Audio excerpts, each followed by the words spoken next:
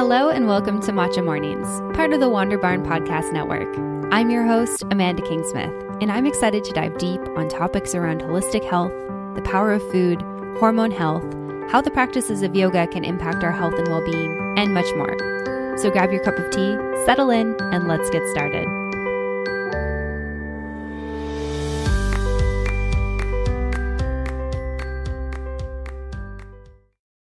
Hello, friends, and welcome to the very first episode of Matcha Mornings. I am both excited and nervous to dive into the creation of this podcast, and I am super grateful that all of you are here today listening. Putting something new out there always feels vulnerable and a little bit scary, but this feels particularly scary for me because it's a topic that I haven't talked a lot about publicly. Yet it's also exciting to share because I'm deeply passionate about holistic health and hormone health, and I know that having these conversations is going to make powerful waves in the world. Or at least that's my hope through Matcha Mornings. So first off, thank you so much for joining me for this first episode of the show. I wanted to kick off Matcha Mornings by sharing my own journey with health and wellness because at the root of it all, this is why I'm passionate about this topic, and this is why I wanted to create this show. Second of all, I just wanted to make a couple of disclosures. So the first one is that part of my journey does involve having an eating disorder where I restricted my calorie consumption for a number of years, as well as used weight loss supplements to help me lose weight. So if you are currently struggling with something of that sort and this is triggering for you, this may not be the episode for you, or when we get to that part of the story, you may just want to skip ahead for that. And for all episodes, I will always give a warning for what is going to be in the podcast. So if it's something that you're sensitive or, triggered by, please make sure that you are honoring yourself. And then with that also, I just wanted to touch on the fact that I'm not sharing this story looking for any type of sympathy or empathy or reactions at all. I feel that in order to create this podcast in a way that really makes logical sense as to why it's important to me, I need to share the full story. And so if you know me in any context, personally, professionally, you may know parts of this, but you may not know all of it, because a lot of it I have kept super private because I was in the depths of it and processing it. And I think that as women, we're often not encouraged to talk about things like our body image issues or disordered eating or struggles with menstrual cycles. And I think that it's really important that we have these conversations. And in order to open up a gate for us to have these open conversations, I need to be open myself. So I hope that that context is really helpful for everyone who's listening. So here we go. Here's my story on health, wellness, and hormones over the last couple of years. My journey with hormones starts similarly to most women's stories. I got my first period when I was 12 years old, and after a terrifying, uncomfortable, and bloody week, I didn't get it again for many months. My teen years continued like this. I would get heavy periods every couple of months, and there didn't appear to be any real rhyme or rhythm to when they came. Then when I was 15 and had my first boyfriend, my doctor recommended that I go on the pill because my cycle was irregular and that would help with that. And then also so that I didn't have to have that awkward conversation with anyone when I did decide to become sexually active. So I went on the pill and I stayed on the pill until I was 23 years old. And up until the point that I made the decision to come off birth control, I never really questioned it as a source of contraception and of hormone regulation. I actually really loved that I could keep taking the pill and just skip my period if it was coming at an inconvenient time. It made me feel like I had control over myself and my life, and I didn't know any different. I never knew the health consequences of my actions, and so I just wasn't aware. Now, part of my story is that we also have to back up to my teenage years once again so that we can weave in another important piece of the health and wellness puzzle for me. I was always a pretty tall kid and I bloomed early, so I had more curves than your average 12 or 13-year-old. Most of what I remember feeling through grades 6, 7, 8, and 9 are discomforts. I felt tall and uncoordinated in my body. I felt like people were always staring at my boobs and I desperately wanted to hide them. I felt like everything I wore made my butt look big, and this was not in a time where having, big boobs and a big juicy butt was something that was popularized in society, and certainly not for a 12 to 14-year-old. So I developed pretty strong body image insecurities at a really young age, most of which would stay with me until my mid to late 20s, and some of which I still struggle with every single day, although everything is getting better all the time as I just work with it and practice with it. So in grade 10, I remember my boyfriend and I at the time were messing around at his grandparents, and we decided to weigh ourselves for whatever reason. I stepped on the scale and it read something around 145 pounds. And just for context for you, I am 5'7", so that's not an unhealthy weight at all. But for me at the time, as a 16-year-old, I was totally mortified. The scale at my parents' house had always told me that I weighed 130 or 135 pounds, something like that. And it's kind of funny because my mom actually still has that scale. And to be honest, I just don't think it's accurate. I think that it's always been lying to me and deceiving me in my weight. So other than a distinct memory of when I hit 100 pounds, which I was in grade 4 at the time, this is my first memory of stepping on a scale and feeling something about the number that came back. So having an actual emotional response to it. And the something that I felt was not positive. So at 16 years old, I decided that I needed to lose weight. I started watching what I was eating less candy, chips, Slurpees, junk food, and being a little bit more intentional about exercising when I did eat those things. I was a competitive dancer at the time, so I was getting exercise, but my parents had an exercise bike in the basement of our house, and I started using that on days when I ate too many Oreo cookies or too many chips or whatever it was. On the surface, these changes seem positive. I started to understand that what I consumed in my body was important and that it was important to move my body regularly. These are valuable lessons for us to learn as humans. However, my desires for exercising and eating healthy were entirely driven by the fact that I had to be a certain size, and in my head, I was too big. My interest in my weight quickly turned into an obsession, and by the time I reached grade 12, I was convinced I needed to be 120 pounds before my graduation. I had cut down on the food I was eating for all my meals and exercising more and more, but it wasn't enough. The thing was, my parents were around a lot, and my mom was pretty on top of what was going on with my brother and I at all times, so I couldn't just stop eating entirely. That obviously would have triggered her to be concerned that I had an eating disorder. So I think at this point she was probably already a little bit concerned about me, but at this point we'd never had a conversation about it, and she just encouraged me to eat healthy, move my body, and not worry about the size of clothes I was wearing or how much I weighed. Unfortunately, that wasn't enough for me, though. I was desperate to be skinnier. What I ended up doing was taking weight loss supplements, which I took on and off for a number of years during times where I felt like I'd gained weight and needed to lose it quicker. And while they definitely helped me lose weight, they also made me really sick. I had terrible stomach pains and a lot of diarrhea, but at that point, I honestly didn't care. I just really wanted to be skinny. And I was skinny. I lost a ton of weight before my high school graduation. People kept telling me that I looked so good, and it really convinced me that I needed to be skinny for people to tell me that I did look good, because I'd never had that kind of gratification before. Shortly after this, I ended a toxic relationship, moved out on my own, and went to university. For me, this felt like a fresh start, and my habits improved slightly. I stopped taking weight loss supplements, but I was still really conscious about gaining weight, so I restricted my eating severely.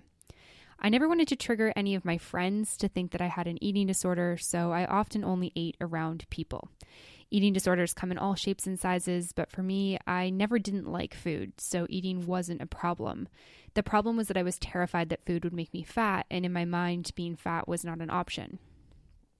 In my second year of university, I went through another painful breakup where I didn't eat for a week, and then I binged on alcohol and junk food, and that binge lasted a couple of months. My diet was extremely subpar at this time in my life, and I bounced between making myself throw up if I ate too much, restricting my meals the day after big calorie days, and taking weight loss supplements once again. And by the time I got to my final year of university, I was having a ton of problems with my stomach, and I ended up seeing a naturopath. My stomach was basically not digesting anything I ate, which is why I was in pain or sick a lot of the time. Part of this was certainly my lifestyle throughout my early 20s, but it was also from taking weight loss pills and also from years of taking antibiotics as a child and a teenager and an early adolescent. So my naturopath gave me some herbal supplements and helped me clean up my diet. Cleaning up my diet once again made me lose a bunch of weight, and I was back to being the skinniest I'd been since high school. The compliments rolled in again, and I felt that I must have been doing something right.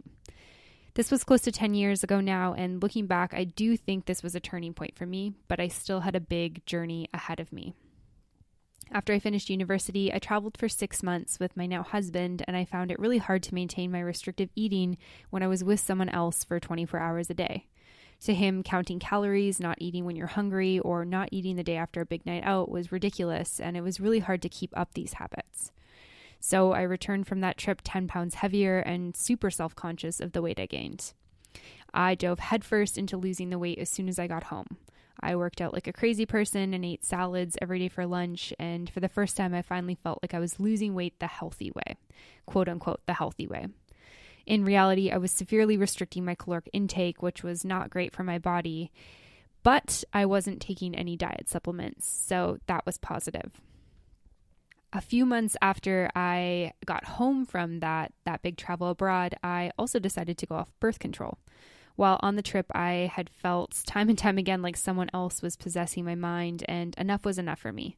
I went cold turkey off of it right around the time of my 23rd birthday.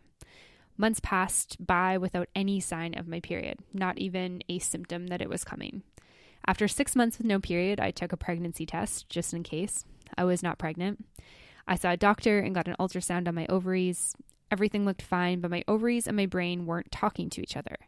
My diagnosis came back as may have PCOS without any real solutions other than that I should go back on birth control because that was quote unquote working for me. I knew I didn't want to go back on birth control and that my body should be able to get a period back. So I went back to my naturopath and she told me that I wasn't cycling properly and we could do some work with herbs to help get it back, herbs and lifestyle. So 2 years went by like this, and if I'm being totally honest, I didn't really mind not having a period.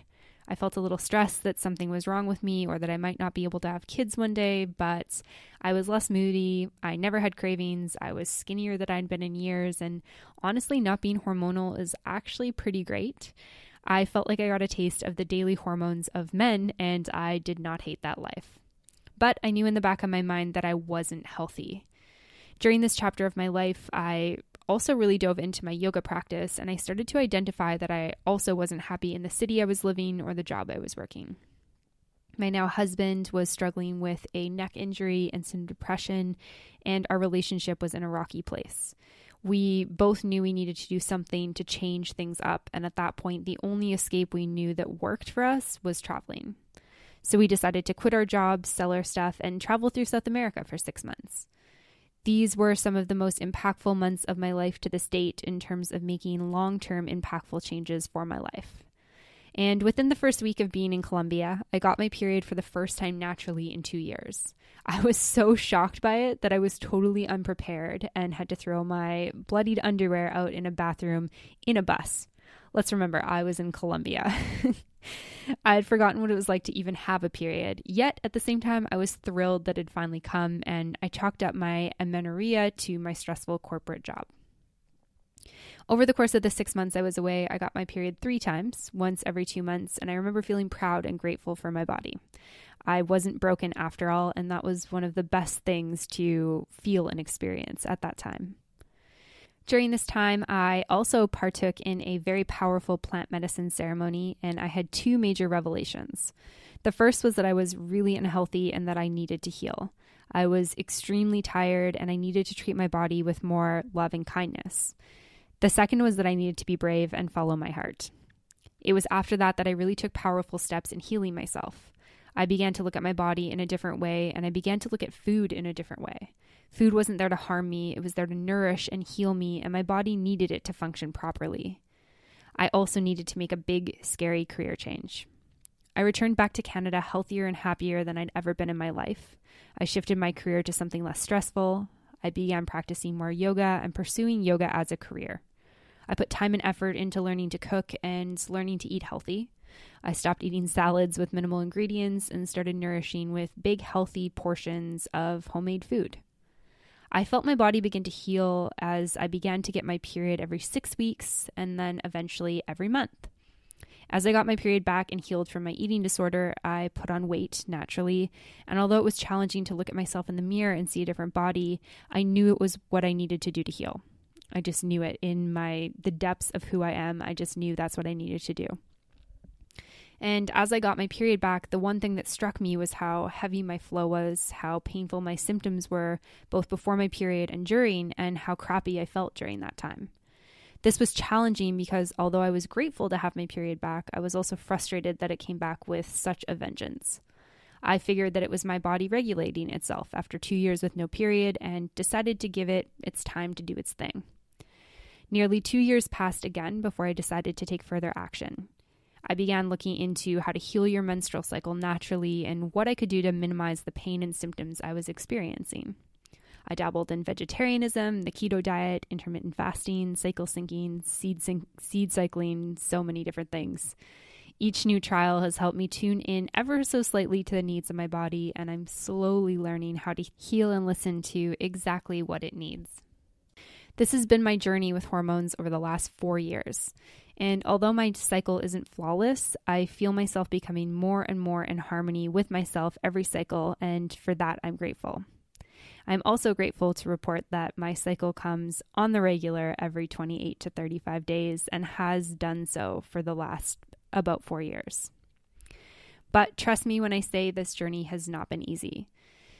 It has not been easy to feel like my mood, sleep, and weight is completely dictated by my unbalanced hormones. It has not been easy to feel like if I have one night out with my friends, I'll be punished with bad cramps the following menstrual period.